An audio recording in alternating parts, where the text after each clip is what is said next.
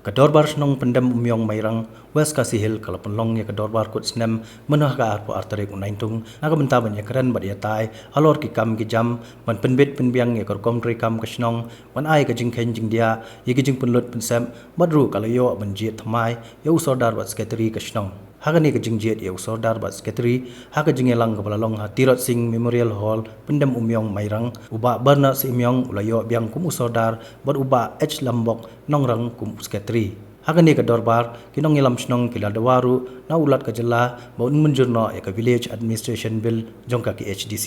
ka jingjit ye nong ilam snong ki baklidu kurbo kadai ka jingjit ba ka jing syariah jong ki batba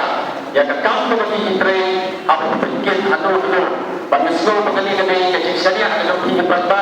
ini mungkin nong ilam tentang negatif bersam ini persang ki kepala ka doktor lagi bo na ka menteri kurang yang esensial terhadap kabayat ti profesional berfui bertemu berkentil ya kayu kuat berhambat yang kalau apa ada senang pun berfui minta kasih kalau mana dengan ini kalau bersenang penelitian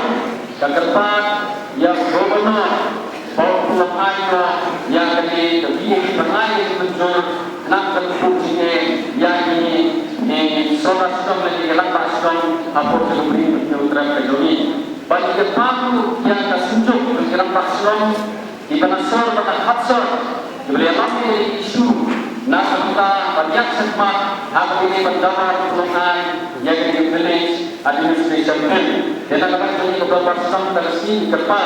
yang tersunjuk dengan paslon nasor pada hatsor bagi suara seperti ada yang seberang berdamai nak berbentuk bantuan air yang di village administration bill compare dengan original village administration bill dari gubernur nama pertama penangan dari bantuan hakim abang atau gubernur mulai muncul hak ini berkenaan dalam isu PPC kali kenyaman pertama dia akan bertanya di soal senang hamtam ada senang di compare hak bersesuaian dengan dengan gubernur lebih di provinsi anda yang akan kesenjuk dengan pasno lagi soal ini sudah muncul yang dari koordinasi sudah muncul nanti gubernur pun melapor nanti kita soal ini kuat seperti kalau gubernur yang muncul yang kedua administration bill kalau melapor district council pada soal telah melapor itu gubernur aturan studi yang kedua administration bill ini kuat lagi kita pasno melapor gubernur yang kedua bantu melapor